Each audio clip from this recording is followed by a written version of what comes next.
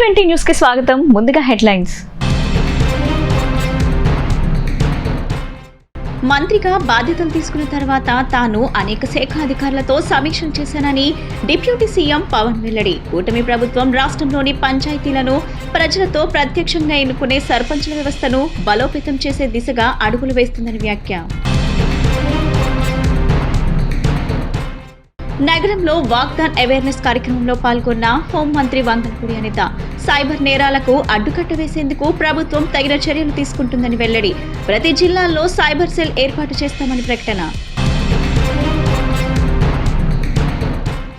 పశ్చిమంలో భారీ ఎత్తున జాబ్ మేళా నిర్వహణ. వేలాదిగా పాల్గొన్న యువత. పశ్చిమ చరిత్రలోనే ఒక నూతన అధ్యయనానికి పశ్చిమ ఎమ్మెల్యే సుజనా చౌదరి నాంది పలికారని బీజేపీ నేతల వెల్లడి. స్వాతంత్ర దినోత్సవ వేడుకలను పురస్కరించుకొని ప్రకాశం బ్యారేజ్ ను రంగురంగుల విద్యుత్ దీపాలతో ఆకర్షణీయంగా తీర్చిదిద్దిన వైనం. కృష్ణమ్మ సొగసులను వీక్షిస్తున్న సందర్శకులు పరవశంతో ముగ్ధులవుతున్న వైనం. గ్రామాలే దేశానికి పట్టుకొమ్మలు, గ్రామ స్వరాజ్యమే దేశ ప్రగతికి మార్గమన్న మహాత్మా గాంధీజీ మాటలే మార్గదర్శకంగా కూటమి ప్రభుత్వం రాష్ట్రంలోని పంచాయతీలను ప్రజలతో ప్రత్యక్షంగా ఎన్నుకునే సర్పంచుల వ్యవస్థను బలోపేతం చేసే దిశగా అడుగులు వేస్తుందని డిప్యూటీ సీఎం పవన్ కళ్యాణ్ తెలిపారు. గ్రామాలకు జీవం పోసేలా పంచాయతీలను ఆర్థికంగా బలోపేతం చేయటం, గ్రామాల్లో సౌకర్యాల కల్పనకు ముందడుగు వేయాలని భావిస్తున్నామని ఆయన స్పష్టం చేశారు. ఈ సందర్భంగా డిప్యూటీ సీఎం పవన్ కళ్యాణ్ మాట్లాడుతూ, మంత్రిగా బాధ్యతలు తీసుకున్న తర్వాత నేను అనేక పర్యాయాలు పంచాయతీరాజ్, గ్రామీణాభివృద్ధి, రక్షిత మంచినీటి సరఫరా, అటవీ శాఖ అధికారులతో సమీక్షలు చేశానని అన్నారు. రాష్ట్రంలో ఉన్న గ్రామాల్లో వాస్తవ పరిస్థితులు తెలుసుకునే ప్రయత్నం చేశానని, గ్రామీణ ప్రాంతాల్లో చాలా కాలంగా అపరిష్కృతంగా ఉండిపోతున్న సమస్యలు వెనుకున్న అసలు కారణాలను అన్వేషించే ప్రయత్నం చేశానని అన్నారు. అనేక సార్లు దీనిపై చర్చించిన తర్వాత 3 కీలకమైన నిర్ణయాలు తీసుకున్నామని అన్నారు. వీటిని వెంటనే అమలు చేయాలని నిర్ణయించామని స్పష్టం చేశారు. దీనివల్ల పంచాయతీలు, సర్పంచుల వ్యవస్థకు కొత్త జీవం పోయటానికి ఈ ముందడుగు ఉపయోగపడుతుందని విశ్వసిస్తున్నానని పేర్కొన్నారు. జాతీయ గ్రామీణ ఉపాధి హామీ పథకం అమలు కోసం గ్రామ సభలను రాష్ట్రంలోని 13,326 గ్రామ పంచాయతీల్లో ఒకేసారి నిర్వహించాలని నిర్ణయించామని ఆయన వెల్లడించారు. నేను పంచాయతీరాజ్ శాఖ, అటవీ శాఖ బాధ్యతలు స్వీకరించిన తర్వాత పంచాయతీ శాఖకు సంబంధించి చాలా రివ్యూలు చేశాం. రూరల్ వాటర్ సప్లై, రోడ్లకు సంబంధించి చాలా రిపోర్ట్స్లో తెలియజేస్తూనే వచ్చాను. ఏ స్థాయిలో నిధులు సరిగ్గా పంపిణీ జరగలేదు, వచ్చినా దాని దుర్వినియోగం జరిగినాయి. ఈ పరిస్థితుల్లో కూటమి ప్రభుత్వం చాలా చిత్తశుద్ధితోటి ఈ పంచాయతీరాజ్ వ్యవస్థని బలోపేతం చేయాలి అని చెప్పి చాలా బలమైన నిర్ణయం తీసుకున్నాం. దాంట్లో భాగంగానే 3 కీలకమైన నిర్ణయాలు తీసుకున్నాం. 1, ఆగస్టు 15 ఈ జెండా పండుగకి సంబంధించి. 2, మనకి జాతీయ ఉపాధి హామీ పథకానికి సంబంధించి ఒకటే రోజున 13,326 పంచాయతీల్లో గ్రామసభ తీర్మానాలు జరగాలి. ఆ దిశగా అడుగులు వేస్తా ఉన్నాం. ఈ గ్రామసభ తీర్మానం అంటే ఏంటంటే, జాతీయ ఉపాధి హామీ పథకం ద్వారా వచ్చే కేటాయించిన పనులకు కానీ, నిధులకు కానీ ఆ ప్రజాప్రతినిధులు, ఆ ఎమ్మెల్యేలు కానీ, గ్రామ సర్పంచులు కానీ, పంచాయతీ సర్పంచులు కానీ, ఆ పంచాయతీలో ఉన్న ప్రజలు కూడా అందరూ ఏకగ్రీవంగా అంటే ఏ పనులు జరగాలి, జాతీయ ఉపాధి హామీ పథకానికి సంబంధించిన ఆ పనులకి మన గ్రామాల్లో ఏ పనులు జరగాలి, ఏ పనులకి ఆ నిధులు కేటాయించాలి, ఈ దృష్టిలో గ్రామసభ తీర్మానం జరుగుతుంది. విడివిడిగా కాకుండా ఒకటే రోజున 13,326 పంచాయతీల్లో ఒకటే రోజున గ్రామసభ తీర్మానాలు జరగాలని కీలకంగా ఆదేశించడం అయినది. ఆ విధంగా ముందు ఒకటి చేస్తూ ఉన్నాం. 2వది జల్ జీవన్ మిషన్. అంటే ప్రతి ఇంటికి కుళాయి అనేది ప్రధానమంత్రి గారి ఆకాంక్ష, ఆశయం. ఏ ప్రభుత్వం కనీస మానవ హక్కు ఇది. అలాంటి జల్ జీవన్ మిషన్కి సంబంధించి గత 5 సంవత్సరాలుగా ఎక్కడ కూడా సంతృప్తికరంగా గత ప్రభుత్వం చేయలేదు. రాష్ట్రంలో గ్రామీణ తాగునీటి సరఫరా ఇది అసలు ఏ స్థాయిలో ఉంది? ఉదాహరణకి జల్ జీవన్ మిషన్ కింద ఒక దాదాపు 27,000 కోట్లు ఖర్చు చేయాల్సి వస్తే గత ప్రభుత్వం 4,000 కోట్లే ఖర్చు చేస్తుంది. ఆ 4,000 కోట్లు ఖర్చు కూడా పెట్టిన విధానం ఏ స్థాయిలో ఉంది? నిజంగా నీటి సరఫరా అవుతుందా? ఉదాహరణకి చాలామంది ఎమ్మెల్యేలు అందరూ కూడా నా దృష్టికి తీసుకొచ్చిందా కూడా నాకు వాళ్ళు ఇచ్చే ఈ పిటిషన్స్ కానీ ఇవన్నీ కూడా ఏం తెలియజేస్తున్నాయంటే, పంచాయతీల్లో కానీ గ్రామాల్లో కానీ జేజే మిషన్ కింద పైప్ లైన్లు వేశారు, కానీ దానికి ఆ నీటి సరఫరా ఉండే ఇది లేదు, దానికి వాటర్ సోర్స్ లేకుండా పైప్ వేసి వెళ్ళిపోయారు. అంటే దీని వెనక ఏమనిపించిందో నిజంగా ఏదైనా వీళ్ళు డబ్బులు చేసుకోవడానికి పైప్ లైన్ వేసి వదిలేశారన్నది ఆలోచన వచ్చి దాని మీద ఏం ఆదేశించాం పంచాయతీరాజ్ శాఖ ఉన్నతాధికారులందరినీ ఏంటంటే, అసలు రాష్ట్రంలో గ్రామీణ తాగునీటి సరఫరా పరిస్థితి ఎలా ఉంది, ఎన్ని గ్రామాలకి పైప్ లైన్స్ బాగున్నాయి, నీటి సరఫరా స్థాయి ఎలా ఉంది, రోజుకి ఎన్ని లీటర్లు నీళ్ళు వస్తున్నాయి, అలాగే ప్రస్తుత పరిస్థితి తెలుసుకోవడానికి దాదాపు ఒక 12 అంశాల మీద మేము సర్వే చేయమని ఆదేశించాం. సైబర్ నేరాలకు అడ్డుకట్ట వేసేందుకు ప్రభుత్వం తగిన చర్యలు తీసుకుంటుందని ఆంధ్రప్రదేశ్ రాష్ట్ర హోంశాఖ మంత్రి వంగల్పూడి అనిత తెలిపారు. పెరిగిన టెక్నాలజీ కారణంగానే నేరాలు సైతం పెరిగాయని, ముఖ్యంగా యువత లోన్ యాప్స్ మీద ఎక్కువగా ఆధారపడుతున్నారని, ఈ కారణంగానే ఆత్మహత్యల వరకు వెళ్తున్నారని అన్నారు. అందుకే ప్రతి జిల్లాలో సైబర్ సెల్ ఏర్పాటు చేస్తామని ప్రకటించారు. శనివారం విజయవాడలో హోంమంత్రి వాగ్దాన్ అవేర్నెస్ కార్యక్రమంలో పాల్గొన్నారు. ఈ సందర్భంగా ఆమె లోన్ యాప్ సాగడాలపై ప్రత్యేకంగా మాట్లాడారు. లోన్ యాప్ నిర్వాహకులు ఎక్కువ శాతం మోసకారులే ఉన్నారని, పైగా వీరు పెరిగిన సాంకేతికతను తెలివిగా ఉపయోగించుకుంటున్నారని, కొన్ని సందర్భాల్లో ఓటీటీ నెంబర్ తీసుకొని మన బ్యాలెన్స్ ను తెలివిగా దొంగిలిస్తున్నారన్నారు. అసలు డబ్బులు మన నుంచి ఎప్పుడో రాబట్టేస్తారు. వడ్డీలు, చక్రవడ్డీలంటూ అసలుపై 2-3 ఇంతలు వసూలు చేస్తున్నారు. ఎక్కువగా మధ్యతరగతిని టార్గెట్ చేస్తున్నారని చెప్పారు. లోన్ కట్టడం కాస్త లేట్ అయితే చాలు వారి బంధువుల ఇళ్లకు సమాచారం ఇచ్చేస్తుంటారు. దీనితో అవమానం తట్టుకోలేక కొన్ని సందర్భాల్లో ఆత్మహత్యలకు సైతం పాల్పడుతున్నారు. అందుకే ఇకపై ఇలాంటి లోన్ యాప్లపై ప్రత్యేక దృష్టి పెట్టామని ఏపీ హోంమంత్రి వంగల్పూడి అనిత తెలిపారు. ప్రతి జిల్లాల్లోనూ సైబర్ సెల్ ఏర్పాటు చేస్తామని హామీ ఇచ్చారు. అనుమానిత లోన్ యాప్లపై సైబర్ సెల్ కు కంప్లైంట్ ఇవ్వొచ్చునని, దానిపై దర్యాప్తు చేస్తామని హామీ ఇచ్చారు. భావితరాల వారికి ఈ సైబర్ క్రైమ్ లో మోసపోకుండా ఉండటానికి ఒక అవేర్నెస్ కార్యక్రమం, అదేవిధంగా వాళ్ళ ద్వారా కొన్ని వేల మందికి, కొన్ని లక్షల మందికి ఈ అవేర్నెస్ కార్యక్రమాన్ని స్ప్రెడ్ చేయడానికి సైబర్ సిటిజన్స్ ని ఇక్కడికి తీసుకురావడమే కాకుండా సైబర్ సోల్జర్స్ గా ఇక్కడ చాలా మందిని ఇక్కడ కూర్చోబెట్టిన మా సిపి గారు రాజశేఖర బాబు గారికి ప్రత్యేకంగా నేను ధన్యవాదాలు, నమస్కారాలు తెలియజేసుకుంటున్నా. ఎందుకంటే ఒక మంచి కార్యక్రమం శ్రీకారం చుట్టడానికి ఒక సంకల్పం కావాలి. ఆ సంకల్పం నెరవేర్చడానికి చుట్టుపక్కల ఉన్న అందరూ కూడా సపోర్ట్ చేయాలి.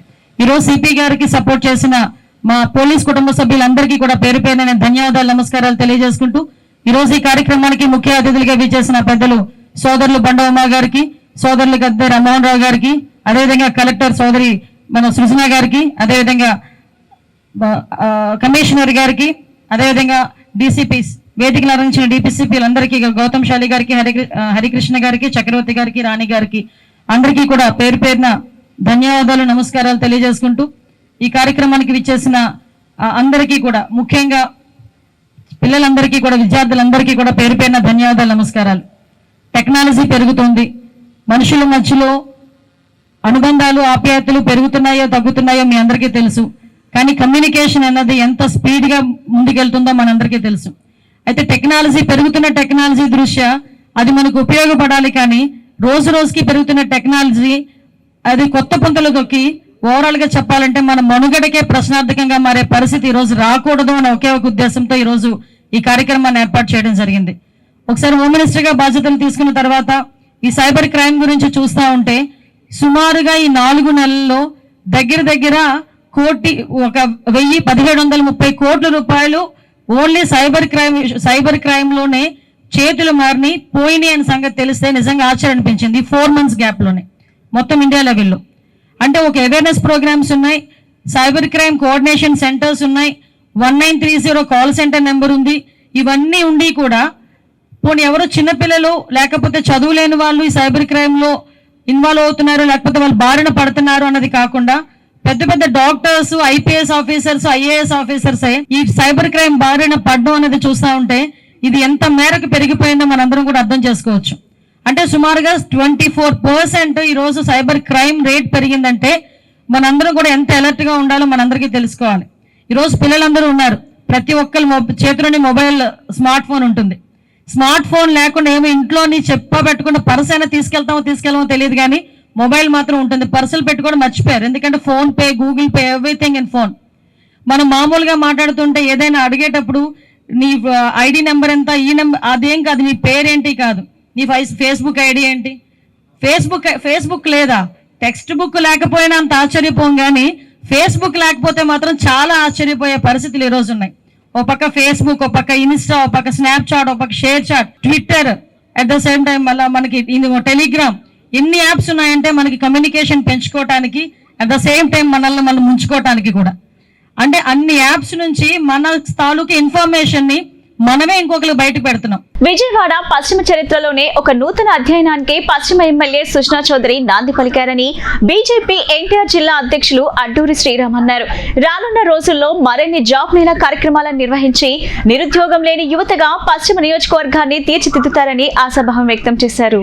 పశ్చిమ ఎమ్మెల్యే సుష్నా చౌదరి ఎన్నికల ముందు ఇచ్చిన హామీల్లో భాగంగా సుష్నా ఫౌండేషన్ ఆధ్వర్యంలో బీజేపీ కార్యాలయంలో భారీ ఎత్తున జాబ్ మేళా కార్యక్రమాన్ని నిర్వహించడం జరిగింది. ఈ జాబ్ మేళాలో నిరుద్యోగులు పాల్గొని తమకు వచ్చిన అవకాశాలను సద్వినియోగం చేసుకున్నారు.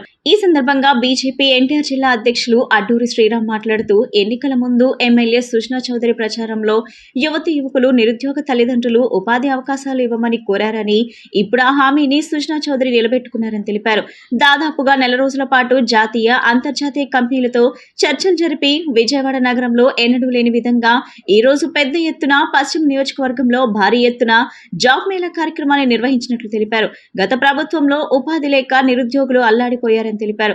గత ప్రభుత్వంలో రాష్ట్రానికి ఒక కంపెనీ కూడా రాకుండా ఉండటంతో యువతకు ఉద్యోగాలు లేక అనేక మంది ఇబ్బందులు పడ్డారని తెలిపారు. రానున్న రోజుల్లో కూడా ఇలాంటి జాబ్ మేళా కార్యక్రమాలు పెట్టి నిరుద్యోగులు లేని యువతగా సుష్నా చౌదరి ఈ పశ్చిమ నియోజకవర్గాన్ని తీర్చిదిద్దుతారని ఆశాభావం వ్యక్తం చేశారు. కార్యక్రమంలో పలువురు వక్తలు పాల్గొని ప్రసంగించారు.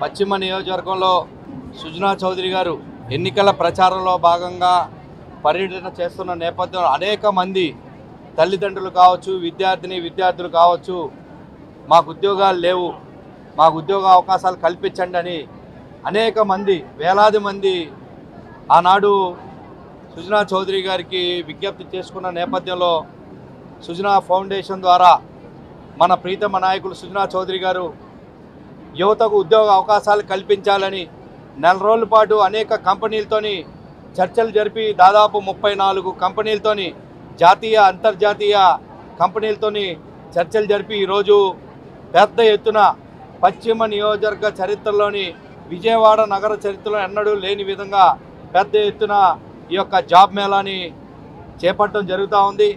వేలాది మంది జాబ్ లేక జాబ్ కోసం అర్జీలు పెట్టుకున్న నేపథ్యం మనం చూస్తూ ఉన్నాం. గత 5 సంవత్సరాల కాలంలో యువతనంతా కూడా గత ప్రభుత్వంలో ఉన్నటువంటి ముఖ్యమంత్రి జగన్మోహన్ రెడ్డి నిర్వీర్యం చేసిన దాఖలాలు కనిపిస్తూ ఉన్నాయి. ముఖ్యంగా ఒక కంపెనీ కూడా రాష్ట్రానికి రాకుండా, ఒక పెద్ద కంపెనీలు కూడా లేకుండా యువతకు ఉద్యోగాలు లేక అనేక మంది ఇబ్బందులు పడిన నేపథ్యంలోని బాబు వస్తే జాబ్ వస్తుందని ఏదైతే నినాదం తెలుగుదేశం పార్టీ కావచ్చు, ఎన్డీఏ కూటమి తీసుకుందో, పవన్ కళ్యాణ్ గారు, చంద్రబాబు నాయుడు గారు, అదేవిధంగా పురంధేశ్వరి గారి నాయకత్వంలోని ఆంధ్రప్రదేశ్లోని అనేక కంపెనీలు రాబోతూ ఉన్నాయి. తప్పకుండా మన ప్రీతమ శాసనసభ్యులు సుజనా చౌదరి గారు రానున్న రోజుల్లో కూడా ఇలాంటి జాబ్ మేళాలు పెట్టి నిరుద్యోగ యువత లేని నియోజకవర్గంగా తీర్చిదిద్దగల సత్తా ఉన్న నాయకుడు సుజనా చౌదరి గారు అని చెప్పి తెలియజేసుకుంటూ యువత అంతా కూడా ముఖ్యంగా ఈ యొక్క జాబ్ మేళాను ఉపయోగించుకొని తప్పకుండా వారి జీవితాల్లో ముందుకెళ్లాలని చెప్పి వారి తల్లిదండ్రులు ఏదైతే అత్యంత చదివించి ఏదైతే కళలు కన్నారో ఆ కళలు సాకార దిశగా మంచి ఉద్యోగాలు పొంది జీవితంలో ఉన్నత స్థితికి వెళ్ళాలని చెప్పి కోరుకుంటూ రానున్న రోజుల్లో తప్పకుండా 3 నెలలకో 4 నెలలకు ఒకసారి తప్పకుండా సుజనా చౌదరి గారి నాయకత్వంలో సుజనా ఫౌండేషన్ ద్వారా 3 నెలలు 4 నెలలకు ఒకసారి జాబ్ మేళా పెట్టడం తథ్యం అని చెప్పి కూడా ఈ సందర్భంగా తెలియజేసుకుంటా ఉన్నాం. జాబు మేళా కార్యక్రమానికి పెద్ద ఎత్తున యువత తరలి వచ్చారు.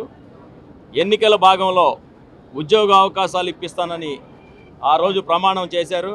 అదే సందర్భంలో ఇక్కడ జాబు మేళా కార్యక్రమం జరగబోతుంది. ప్రతి 6 నెలలకు కూడా ఇది కంటిన్యూ అవుద్ది. ప్రతి యువకులు కూడా ఈ అవకాశాన్ని సద్వినియోగం చేసుకోండి.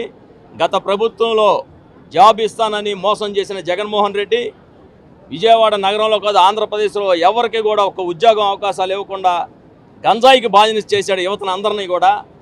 పాపం చాలామంది కూడా ఈ రాష్ట్రం నుంచి పక్క రాష్ట్రానికి వెళ్ళి ఆటోలు తోలుకున్నారు, ఉద్యోగాలు చేశారు, తమిళనాడు వెళ్ళారు, కర్ణాటక వెళ్ళారు. మరి ఆ అవకాశం కూడా ఈ ప్రభుత్వం ఇవ్వదు. ఇక్కడ యువతకి ఇక్కడే ఉద్యోగ అవకాశాలు కల్పించడం కోసం పెద్ద ఎత్తున జాబ్ మేళా కార్యక్రమం జరుగుతుంది. రాష్ట్ర ప్రభుత్వం నుంచి కూడా పెద్ద ఎత్తున జాబ్ మేళా కార్యక్రమం కూడా చేయబోతున్నాం.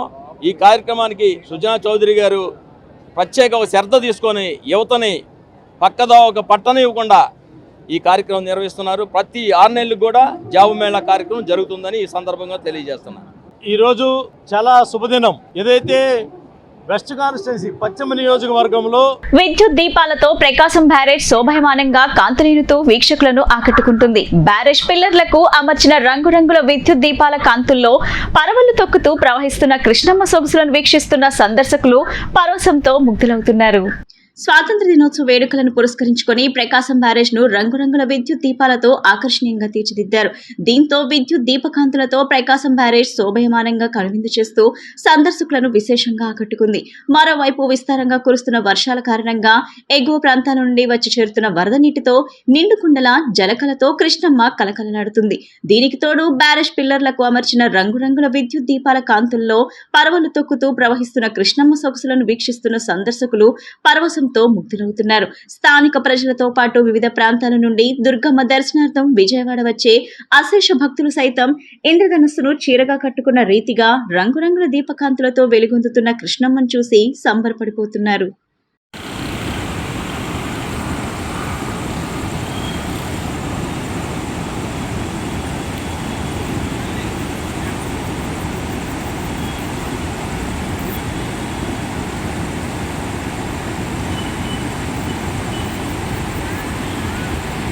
రాష్ట్రంలో న్యాయం చట్టాల అభివృద్ధిలో జస్టిస్ యు దుర్గా ప్రసాద్ రావు సేవలు ప్రశంసనీయమని రాష్ట్ర ఉన్నత న్యాయస్థానం ప్రధాన న్యాయమూర్తి జస్టిస్ ధీరజ్ సింగ్ ఠాగూర్ అభినందించారు. పలు కేసుల్లో వారు వెలువరించిన తీర్పులు భవిష్యత్ తరాల న్యాయవాదులకు మార్గదర్శకంగా ఉంటాయని కొనియాడారు.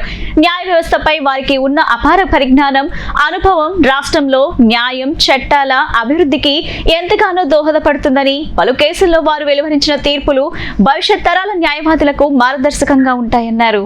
ఆంధ్రప్రదేశ్ హైకోర్టులో న్యాయమూర్తిగా సేవలందిస్తున్న జస్టిస్ యు దుర్గా ప్రసాద్ రావు ఈ నెల 11వ తేదీన పదవీ విరమణ చేయనున్న నేపథ్యంలో హైకోర్టు మొదటి కోర్టు హాల్లో ఘనంగా వీడ్కోలు కార్యక్రమం జరిగింది. ఈ వీడ్కోలు కార్యక్రమంలో హైకోర్టు ప్రధాన న్యాయమూర్తి జస్టిస్ ధీరజ్ సింగ్ ఠాగూర్ మాట్లాడుతూ న్యాయమూర్తి జస్టిస్ యు దుర్గా ప్రసాద్ రావు సేవలను ప్రత్యేకంగా కొనియాడారు. సివిల్, క్రిమినల్, కాన్స్టిట్యూషనల్ మరియు టాక్సేషన్లకు సంబంధించి దాదాపు 16,000 కేసులను పైగా వీరు పరిష్కరించారని అభినందించారు. న్యాయ వ్యవస్థపై వారికి ఉన్న అపార పరిజ్ఞానం, అనుభవం రాష్ట్రంలో న్యాయం చట్టాల అభివృద్ధికి ఎంతగానో దోహదపడుతుందని, పలు కేసుల్లో వారు వెలువరించిన తీర్పులు భవిష్యత్ తరాల న్యాయవాదులకు మార్గదర్శకంగా ఉంటాయన్నారు. న్యాయ వ్యవస్థల్లో ఎంతో అనుభవం ఉన్న వీరు పదవీ విరమణ చేస్తూ మనందరికీ దూరం కావటం ఎంతో బాధగా ఉందన్నారు. పదవీ విరమణ చేస్తున్నప్పటికీ సమాజానికి అవసరమైన న్యాయ సేవలు అందించాలని ఆయన ఆకాంక్షించారు. పదవి విరమణ చేస్తున్న న్యాయమూర్తి జస్టిస్ యు దుర్గా ప్రసాద్ రావు మాట్లాడుతూ ఎన్ని సంవత్సరాల పాటు న్యాయ సేవలు అందించేందుకు తనకు అవకాశం ఇచ్చిన న్యాయదేవతకు శిరస్సు వంచి ప్రణామాలు చేస్తున్నానన్నారు. నిరుపేదలకు, నిరాధారులకు నిష్పక్షపాతంగా న్యాయ సేవలు అందజేయటం అనేది న్యాయస్థానాల ముఖ్యమైన విధి అని, అలా వ్యవహరించినప్పుడే కోర్టుల ఘనత పెరుగుతుందని, న్యాయ వ్యవస్థలో పనిచేసే వారికి కూడా సముచితమైన గౌరవం దక్కుతుందన్నారు. తాను ఈ స్థాయిలో ఉండేందుకు, నిష్పక్షపాతంగా న్యాయ సేవలు అందజేసేందుకు ఎంతో మంది సహకరించాలని వారందరికీ పేరు పేరున కృతజ్ఞతలు తెలుపుతున్నానన్నారు. When I use the word majesty of the justice and majesty of the courts, I recollect an anecdote relating to the Second World War, which I consider it apt to share with you. If I don't get an opportunity to share with you. It was during the Second World War days, when the Axis forces and Allied forces were fiercely involved in the war. The German forces, it was written by the historians that they started bombarding the London city, and at that time the Prime Minister was the world's most venerated statesman, Winston Churchill. Vijayawada తూర్పు నియోజకవర్గంలో రోడ్ల నిర్మాణంకు అధిక ప్రాధాన్యత ఇవ్వడం జరుగుతుందని MLA Gadde Rammohan తెలిపారు. ముఖ్యంగా drainage సమస్యలకు ఎక్కువగా ఉంటుందని, పరిష్కారం చూపే విధంగా ముఖ్యమంత్రి దృష్టికి తీసుకువెళ్తామన్నారు. విజయవాడ తూర్పు నియోజకవర్గం 3వ division Ganesh Nagar kaizen apartment వద్ద రోడ్డు పనులకు శంకుస్థాపన కార్యక్రమం జరిగింది. ఈ సందర్భంగా కొబ్బరికాయ కొట్టి ఎమ్మెల్యే గద్దె రామ్మోహన్ పనులను ప్రారంభించారు. అనంతరం ఆయన మాట్లాడుతూ 80 లక్షల రూపాయలతో రోడ్ల నిర్మాణం చేపట్టడం జరిగిందన్నారు. గత ప్రభుత్వం రోడ్లు డ్రైనేజీలను పట్టించుకోలేదని, అందువల్ల రోడ్లపై నీరు నిలిచి ప్రజలు ఇబ్బందులు పడుతున్నారన్నారు. ఎన్డీఏ కూటమి ప్రభుత్వం అధికారంలోకి వచ్చిన తర్వాత రోడ్ల నిర్మాణం, డ్రైనేజ్ సమస్యను పరిష్కరించే విధంగా చర్యలు తీసుకుంటున్నామన్నారు. అండర్ గ్రౌండ్ మరియు సైడ్ కాల్వల నిర్మాణంపై ముఖ్యమంత్రి దృష్టికి తీసుకువెళ్లామని ఆయన సానుకూలంగా స్పందించారన్నారు. గణేష్ నగర్ కాలనీలో ఇవాళ 4 రోడ్లకు శంకుస్థాపన చేసుకోవడం జరిగింది. ఆ 4 రోడ్ల యొక్క వాల్యూ 80 లక్షల రూపాయల రోడ్ల నిర్మాణానికి అయ్యే నిధులు. విజయవాడ నగరంలో రోడ్లు చాలా చోట్ల వేసుకోవడం జరుగుతోంది. అది ఎప్పుడు కూడా నిరంతరమైన ప్రక్రియ. ఎవరున్నా కూడా రోడ్లు వేయడానికి ఇబ్బంది లేదు. కానీ మేము ఎప్పుడు కూడా చెప్పేది కమిషనర్ గారితో కానీ, లేకపోతే అధికారులతో, మిగతా అధికారులతో కానీ, అండర్ గ్రౌండ్ డ్రైనేజ్ అనేది బాగా ప్రక్షాళన చేసుకోవాలి. దానివల్ల అది సరిగ్గా లేకపోవటం వల్ల రోడ్ల మీద ఇబ్బంది అయి పిల్లలు వాళ్ళ కాళ్ళకి మలినాలంటి రోగాలకు గురవుతూ ఉన్నారు. అదేవిధంగా సైడ్ డ్రైన్స్ అయితే ఎక్కడ కూడా అసంతృప్తిగా ఉన్నాయి. ఇవన్నీ గత 5 సంవత్సరాల్లో ఇలాంటి పనులన్నీ అశ్రద్ధ చేయటం వలన, గత ప్రభుత్వ కాలంలో నారా చంద్రబాబు నాయుడు గారు ముఖ్యమంత్రిగా ఉన్నప్పుడు ఆయన ఇచ్చిన నిధులు కూడా సక్రమంగా వాడుకోక ఆ నిధులను మురగబెట్టిన సందర్భాలు ఉన్నాయి, లేదా వేరే డైవర్ట్ చేసి ఆ నిధులు పాడు చేసిన సందర్భాలు కూడా ఉన్నాయి. అందువల్ల మేము నిన్న ముఖ్యమంత్రి గారితో కూడా చర్చించడం జరిగింది.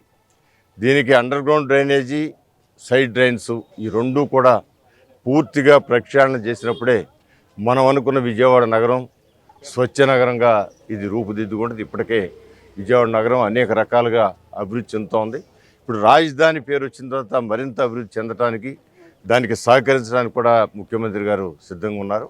అందువల్ల ఇవన్నీ కూడా, వీటితో పాటు సైబర్ నేరాలను కూడా అరికట్టవలసిన అవసరం ఉంది. ఈరోజు ఉదయం మేమందరం కూడా ఒక అవేర్నెస్ వాకింగ్ చేసి ప్రజల్ని చైతన్యపరిచే విధంగాను, అది మీడియాల ద్వారా కానీ, లేదా చూసే మనుషుల ద్వారా కానీ, లేదా అక్కడికి వచ్చిన వాళ్ళందరికీ ఏ విధంగా సైబర్ నేరాలు ఇరుక్కోకుండా మనం తప్పించుకోవాలి. ఎందుకంటే వాళ్ళు వీళ్ళని చదువుకున్న వాళ్ళు, చదువు లేని వాళ్ళు అందరూ కూడా సైబర్ నేరాలకు గురవుతూ ఉన్నారు. విజయవాడ కృష్ణలంక రణదేవి నగర్ ప్రాంతం ముంపుకు గురికాకుండా చర్యలు తీసుకోవాల్సిన బాధ్యత ప్రజాప్రతినిధులు, అధికారులపై ఉందని సిపిఎం నగర కార్యదర్శి దోనేపూడి కాశీనాథ్ వ్యాఖ్యానించారు. నీరు నిల్వకుండా శాశ్వత పరిష్కారాలు చూపాలని డిమాండ్ చేశారు. విజయవాడ కృష్ణలంక రణదేవి నగర్ ప్రాంతం మునకకు గురికాకుండా చర్యలు తీసుకోవాలని, అవుట్ఫాల్ డ్రైనేజ్ నిర్మాణం చేపట్టాలని సిపిఎం ఆధ్వర్యంలో నిరసన కార్యక్రమం జరిగింది. ఈ సందర్భంగా దోనేపూడి కాశీనాథ్ మాట్లాడుతూ, అవుట్ఫాల్ డ్రైనేజ్ లేకపోవడం, ఇసుక దిబ్బల్లో వాటర్ నిలిచిపోతుందని, దీంతో డ్రైనేజ్ నీరు వెళ్లే పరిస్థితి లేదన్నారు. వరదలు వచ్చినప్పుడు ఇళ్లలోకి నీరు చేరుతుండటంతో ప్రజలు ఇబ్బందులు పడుతున్నారని తెలిపారు. ప్రజాప్రతినిధులు వచ్చి తాత్కాలిక చర్యలకు ఆదేశాలు ఇస్తున్నారని, మోటార్లు పెట్టి నీళ్లు తోడినా ఫలితం లేకుండా పోయిందన్నారు. శాశ్వత పరిష్కారం అవుట్ఫాల్ డ్రైనేజ్ తోనే సాధ్యమని, ఆ దిశగా పనిచేయాలని డిమాండ్ చేశారు. ఇలా వరదలు వచ్చినప్పుడల్లా మా ఇల్లు పడిపోయేదండి, పైకి ఎక్కేసేవాళ్ళం. మరి ఈ రిటర్న్ వాల్ కట్టిన తర్వాత అయినా నీళ్ళు ఆగుతాయి అని అనుకున్నాం. మరి మేము అటాటుగా ఊరెళ్ళాము, ఇంటి దగ్గర కూడా లేము. అట్లా డ్రైనేజీ నీళ్ళు అవని నీళ్ళు ఊరిని మొత్తం నిండిపోయింది, ఇంట్లోకి వెళ్ళిపోయింది. ఇప్పుడు మా పరిస్థితి ఏంటండి? డ్రైనేజీలు ఏమన్నా కట్టాలి కండి, ఇలా కట్టి వదిలేశారు కదా. డ్రైనేజీలు ఏమన్నా కడితే మాకు ఇదిగా ఉంటుంది. మాకు ఎక్కడ బతకటానికి కూడా లేదు. మేము కష్టపడుకోవటం, తెచ్చుకొని తింటాం. వచ్చి వెళ్ళారండి, చూసి వెళ్ళి మోటార్లు అవి పంపించారు. నిన్నటి నుంచి పెట్టారు మోటార్లు, ఇక తోడిస్తున్నారండి. ఈ ఒక్కసారితో అయిపోదు కండి. దసరా దీపావళి వరకు కూడా నీళ్ళు వస్తానే ఉంటాయి. దసరా దీపావళి వరకు వస్తానే ఉంటాయి. మేము ఎలా బతకాలండి? ఇలా అంటే ఇలా నీళ్ళు వెళ్ళిపోయి చిన్నపిల్లలతో ఉన్నాం మేము. అదే వరద అయితే ఎక్కడో చాటున ఉండేవాళ్ళం. అసలు ఈ నీళ్ళు ఊరటం అసలు మేము ఎలా ఉంటామండి? డ్రైనేజీలు కొంచెం పట్టించుకుని చెయ్యాలండి. 38 సంవత్సరాల మధ్య మేము పోరాడి గిట్టెల వాళ్ళు కట్టారే కానీ కట్టి ఏం పొలం, కాలువలు తీయలే, ఇళ్ళ పక్కన కాలువలు లేవు. డ్రైనేజీ నీళ్ళు వచ్చి మునిగిపోయి ఇళ్ళలో వాడుకునే నీళ్ళు వచ్చి మునిగిపోయి వరద వస్తేనేమో ఇళ్ళలోకి వచ్చేస్తుందండి.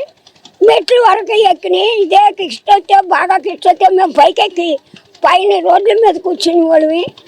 ఇప్పుడు ఆ ఆస్కారం కూడా లేకోకుండా ఇళ్ళలోకి వెళ్తాకి టైం లేకోకుండా మాకు ఎట్లా ఉందో అట్లా ఉందండి. చాలా జాగ్రత్తగా మాకు డ్రైనేజీ కట్టాలండి, కాలువలు కట్టాలి.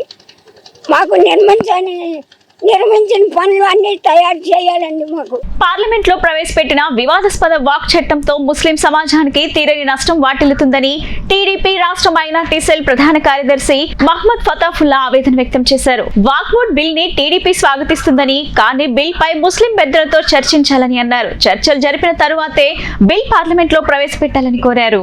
పార్లమెంట్ లో ముస్లింల వాక్ చట్టం ప్రవేశపెట్టనున్న సంగతి తెలిసిందే. ఈ విషయమై విజయవాడ పార్లమెంట్ కార్యాలయం నందు విజయవాడ టీడీపీ రాష్ట్ర మైనార్టీ సెల్ ప్రధాన కార్యదర్శి మహ్మద్ మీడియాతో మాట్లాడారు. వాక్ బోర్డ్ దేశంలో ఉన్న అతిపెద్ద సంస్థల్లో ఒకటని చెప్పారు.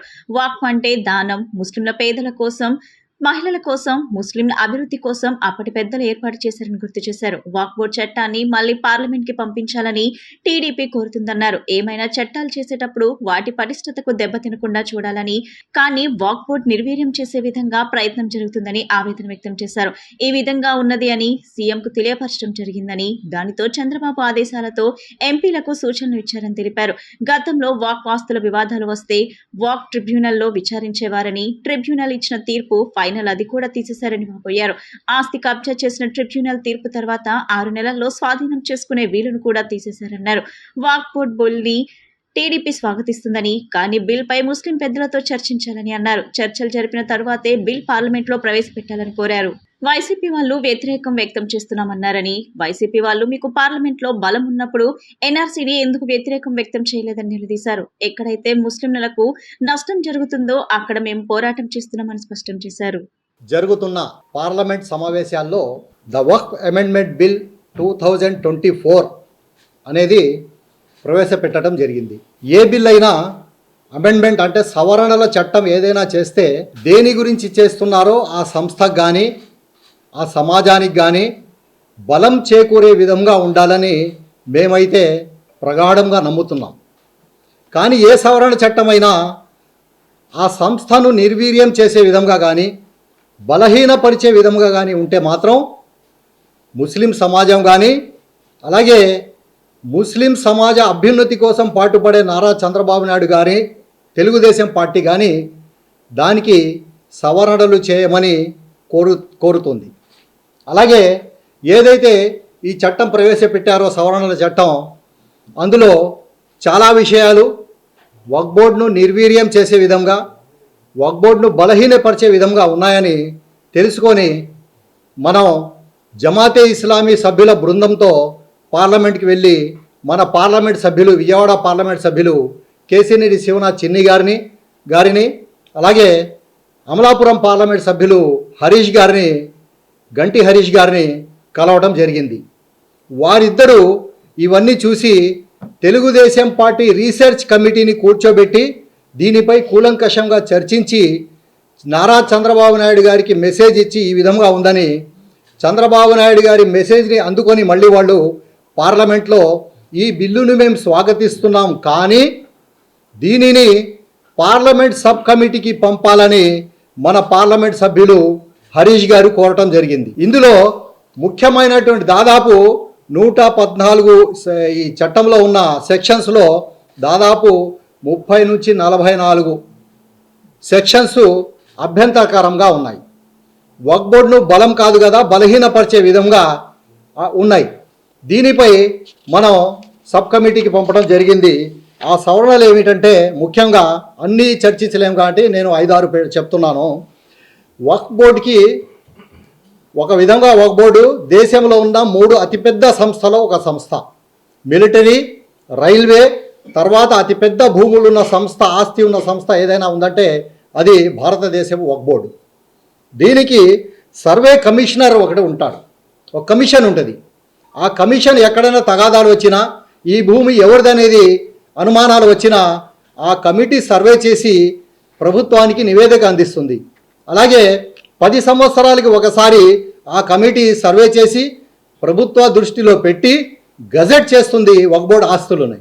కానీ ఈ సవరణ చట్టంలో ఆ కమిటీని నిర్వీర్యం చేసి జిల్లా కలెక్టర్లకు బాధ్యత అప్పచెప్పడం జరిగింది. గ్రామ వార్డు సచివాలయ ఉద్యోగులందరికీ శాఖపరమైన ప్రమోషన్ ప్రకటించాలని డిఏపీ జీడబ్ల్యూఎస్ఈ రాష్ట్ర మహిళా అధ్యక్షురాలు సిహెచ్ విజయలక్ష్మి, రాష్ట్ర అధ్యక్షులు జోసెఫ్ కిషోర్, ప్రధాన కార్యదర్శి రాజ్యలక్ష్మి తెలిపారు. ఈ మేరకు వారు గాంధీనగర్ ప్రెస్ క్లబ్ నందు విలేకరుల సమావేశం జరిపారు. ఈ సందర్భంగా వారు మాట్లాడుతూ గ్రామ సచివాలయం నుండి వార్డు సచివాలయంగా మార్చబడిన సచివాలయాల్లో ఉద్యోగులు ఎదుర్కొంటున్న పరిపాలన సంబంధ సమస్యలను త్వరగా పరిష్కరించాలని వారు కోరారు. మహిళా సంరక్షణకు మరియు ఏపీజీఎస్డబ్ల్యూఎస్ మహిళా ఉద్యోగులకు వర్తించవలసిన ప్రత్యేక ఎలిమెంట్లను వర్తింపచేయాలని కోరారు. పోలీస్ డిపార్ట్మెంట్ వద్దు అనుకునే మహిళా పోలీస్ యొక్క విజ్ఞప్తి మేరకు వారికి సరైన ఆప్షన్ ఇవ్వాల్సిందిగా విజ్ఞప్తి చేశారు. మేము గ్రామ వార్డు సచివాలయంలో ఉద్యోగులుగా నియమితులయ్యి పనిచేస్తూ ఈనాటికి కూడా మేము జూనియర్ అసిస్టెంట్ పే స్కేల్ పొందలేకపోయి ఉన్నాము. మాకు హక్కుగా రావాల్సిన నేషనల్ ఇంక్రిమెంట్స్ రాలేదు. తర్వాత అవి కనుక వచ్చుంటే కనుక మాకు జూనియర్ అసిస్టెంట్ పే స్కేల్ ఇప్పటికే వచ్చుండేది. కానీ ఇప్పుడు మేము అడుగుతున్నాం, సీనియర్ అసిస్టెంట్ పే స్కేల్ అడుగుతున్నాం. ఎందుకంటే మాకు ప్రమోషన్ ఛానల్ అనేది ఇప్పటివరకు క్రియేట్ చేయలేదు. ఆ ఛానల్ అనేది క్రియేట్ చేసి ఉంటే కనుక మాకు ప్రమోషన్లు అనేవి వచ్చుండేవి. దానికి అనుబంధంగా మేము సీనియర్ అసిస్టెంట్ పే స్కేల్ అని అడుగుతున్నాం. 5 సంవత్సరాలు సర్వీస్ పూర్తి చేసిన ప్రతి ఒక్కరికి ఈ ప్రమోషన్ అనేది ఇవ్వాలి. వాళ్ళు ఇవ్వలేదు. ఇప్పటికీ కూడా ప్రమోషన్ ఛానల్ అనేది చాలా డిపార్ట్మెంట్కి క్రియేట్ చేయలేదు. ఆ డిపార్ట్మెంట్లకు కూడా క్రియేట్ చేయాలి ప్రమోషన్ ఛానల్ అనేది. తర్వాత చేసిన ప్రమోషన్ ఛానల్లో కూడా కొన్ని పోస్టులు అనేవి టు బీ క్రియేటెడ్, అంటే కొత్త పోస్టులు క్రియేట్ చేయాలని చెప్పి ఉన్నారు. కాబట్టి అది కూడా పునఃసమీక్షించాలి. అలాగే వ్యవస్థలో చాలా మార్పులు చేర్పులు చేస్తూ ఉన్నారు. ఆ మార్పులు చేర్పులు చేసే క్రమంలో ఉద్యోగ సంఘాల ప్రాతినిధ్యం లేకుండా కమిటీలు వేస్తున్నారు. అది కూడా కొంచెం ఆందోళనకరం. ఎందుకంటే పనిచేసేది మేము, మా సంఘాలు ప్రాతినిధ్యం అనేది లేకపోవడం, మా వాయిస్ అనేది అక్కడ లేకపోవడం అనేది చాలా బాధాకరం. వాళ్ళ వంతు వాళ్ళు చేస్తున్నారు. మా వరకు వచ్చేసరికి అది రిఫ్లెక్ట్ అయ్యేది. ఏ విధంగా రిఫ్లెక్ట్ అనేది తర్వాత రిజల్ట్ రూపంలో వస్తుంది. రిజల్ట్ రూపంలో కాకుండా ముందే కనుక మనం సంప్రదించి ఉంటే మా విధానాలు కూడా వాళ్ళకి తెలిపి ఉండేవాళ్ళు. దాన్ని కూడా చూడాలి వాళ్ళు.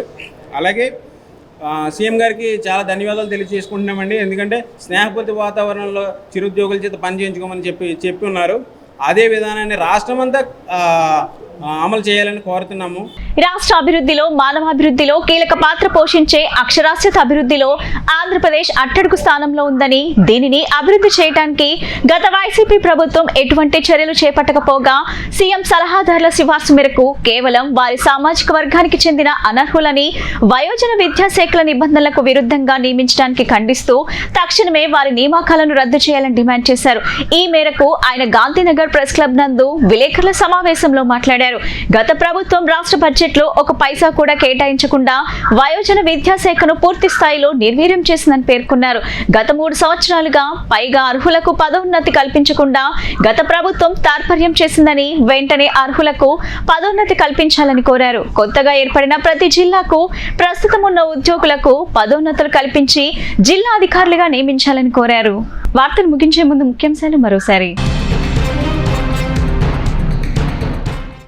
మంత్రిగా బాధ్యతలు తీసుకున్న తర్వాత తాను అనేక శాఖ అధికారులతో సమీక్షలు చేశానని డిప్యూటీ సీఎం పవన్ వెల్లడి. కూటమి ప్రభుత్వం రాష్ట్రంలోని పంచాయతీలను ప్రజలతో ప్రత్యక్షంగా ఎన్నుకునే సర్పంచుల వ్యవస్థను బలోపేతం చేసే దిశగా అడుగులు వేస్తుందని వ్యాఖ్య. నగరంలో వాక్థాన్ అవేర్నెస్ కార్యక్రమంలో పాల్గొన్న హోంమంత్రి వంగలపూడి అనిత సైబర్ నేరాలకు అడ్డుకట్ట వేసేందుకు ప్రభుత్వం తగిన చర్యలు తీసుకుంటుందని వెల్లడి. ప్రతి జిల్లాల్లో సైబర్ సెల్ ఏర్పాటు చేస్తామని ప్రకటన. పశ్చిమంలో భారీ ఎత్తున జాబ్ మేళా నిర్వహణ, వేలాదిగా పాల్గొన్న యువత. పశ్చిమ చరిత్రలోనే ఒక నూతన అధ్యయనానికి పశ్చిమ ఎమ్మెల్యే సుజనా చౌదరి నాంది పలికారని బీజేపీ నేతల వెల్లడి. స్వాతంత్ర దినోత్సవ వేడుకలను పురస్కరించుకొని ప్రకాశం బ్యారేజ్ ను రంగురంగుల విద్యుత్ దీపాలతో ఆకర్షణీయంగా తీర్చిదిద్దిన వైనం. కృష్ణమ్మ సొగసులను వీక్షిస్తున్న సందర్శకులు పరవశంతో ముగ్ధులవుతున్న వైనం. ఈ బులెటిన్ ఇంతటితో సమాప్తం. తిరిగి మరో బులెటిన్ కలుద్దాం. నమస్కారం.